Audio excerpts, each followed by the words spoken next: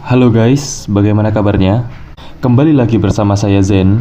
Ketika seorang ibu terlalu terobsesi menghidupkan anaknya. Alur cerita Mother Wish 2. Cerita dimulai 7 hari setelah kejadian mengerikan di game pertama. Andi masih hidup setelah berhasil diselamatkan oleh Pak Junet, seorang tetangga baik hati yang datang tepat waktu ketika ibunya mencoba menjadikan Andi sebagai korban ritual untuk menghidupkan kembali adiknya, Rian. Sayangnya, ritual tersebut gagal. Andi kini tinggal sementara di rumah Pak Junet. Luka dari kejadian sebelumnya memang belum sembuh, terutama luka di pikiran. Setiap malam, Andi masih dihantui mimpi tentang ibunya. Tapi setidaknya, kali ini Andi punya tetangga yang baik. Pak Junet bahkan menyiapkan pakaian, makanan, dan air kelapa untuk Andi. Kalau semua tetangga seperti Pak Junet hidup, Andi mungkin akan tenang. Sayangnya, ini game horor, jadi sudah pasti ketenangan itu cuma cicilan. Suatu malam, Andi mulai merasa lapar. Setelah membuat mie instan, ia mencoba beristirahat. Namun, ketika suasana rumah mulai sepi, tiba-tiba terdengar suara yang sangat familiar. Suara ibunya. Andi awalnya mengira itu hanyalah mimpi, namun sang ibu mengatakan bahwa dirinya tidak pernah benar-benar pergi. Ia masih menunggu waktu yang tepat untuk menyelesaikan ritual yang sebelumnya masih gagal. Andi menolak percaya. Baginya, Rian sudah meninggal dan seharusnya sudah tenang. Tetapi, sang ibu memiliki keyakinan yang berbeda. Ia percaya Rian masih membutuhkan jalan untuk kembali ke dunia, dan untuk membuka jalan itu, Andi harus menjadi bagian dari ritual tersebut. Untungnya, sosok itu tiba-tiba menghilang. Andi pun mencoba menjalani hidup seperti biasa. Keesokan harinya, Pak Junet meminta Andi menggantikannya menjaga warung es kelapa karena ia harus pergi ke kota untuk menghadiri pernikahan adiknya.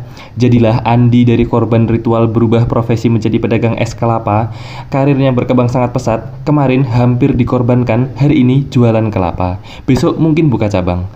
Namun, suasana desa tempat Andi berjualan terasa aneh. Kabut mulai tebal menyelimuti jalanan. Pelanggan datang dan pergi dengan tingkah yang mencurigakan. Bahkan, beberapa orang seolah mengetahui sesuatu tentang masa lalu Andi. Salah satunya Pak Ahong.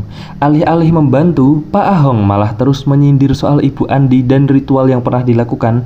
Benar-benar tipe tetangga yang kalau melihat orang punya masalah bukan bertanya kamu baik-baik saja, tetapi, itu yang ibunya mau menghidupkan orang mati kan? Terima kasih Pak, sangat membantu.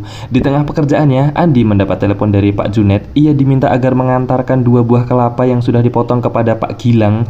Masalahnya cuma satu, Andi tidak tahu rumah Pak Gilang. Di game ini, rupanya ingin menguji kemampuan navigasi manusia. Andi berkeliling desa, mengetuk berbagai rumah, bertanya kepada orang sampai hampir terasa seperti sedang menjalankan misi Google Maps tanpa Google Maps. Setelah cukup lama kebingungan, akhirnya Andi menemukan rumah Pak Gilang. Namun ternyata Pak Gilang juga mengalami kejadian yang aneh.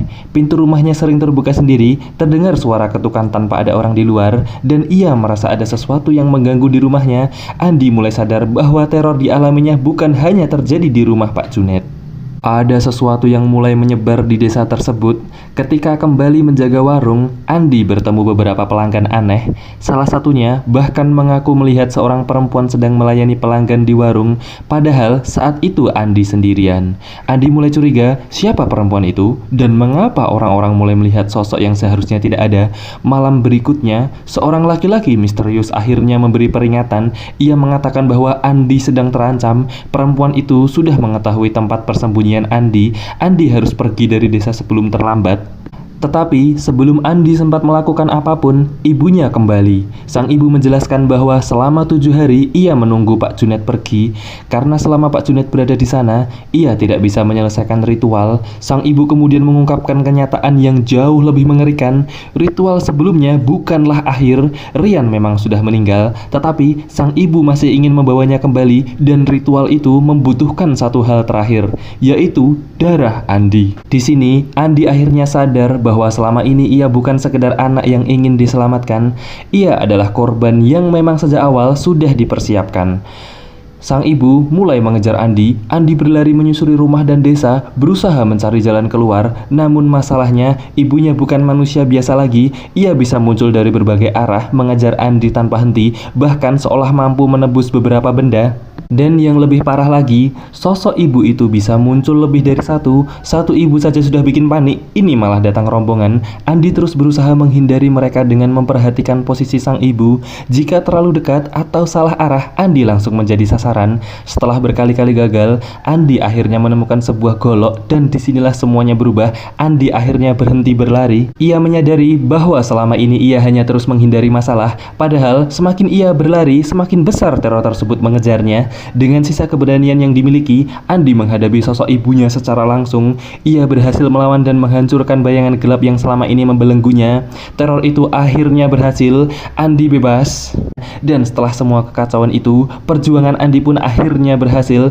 Dari korban ritual jadi penghuni rumah orang, lalu jualan es kelapa, muter-muter mencari rumah Pak Gilang, sampai akhirnya harus melawan ibunya sendiri. Benar-benar perjalanan hidup yang tidak ada di brosur perumahan.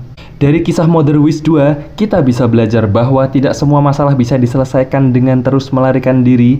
Ada saatnya kita harus berani menghadapi ketakutan dan masalah yang kita miliki, tentu dengan cara yang aman dan bijaksana. Kita juga belajar bahwa rasa kehilangan yang terlalu dalam bisa membuat seseorang mengambil keputusan yang salah dan menyakiti orang lain. Kasih sayang yang seharusnya tidak berubah menjadi obsesi karena mencintai seseorang bukan berarti kita boleh mengorbankan orang lain demi keinginan kita sendiri.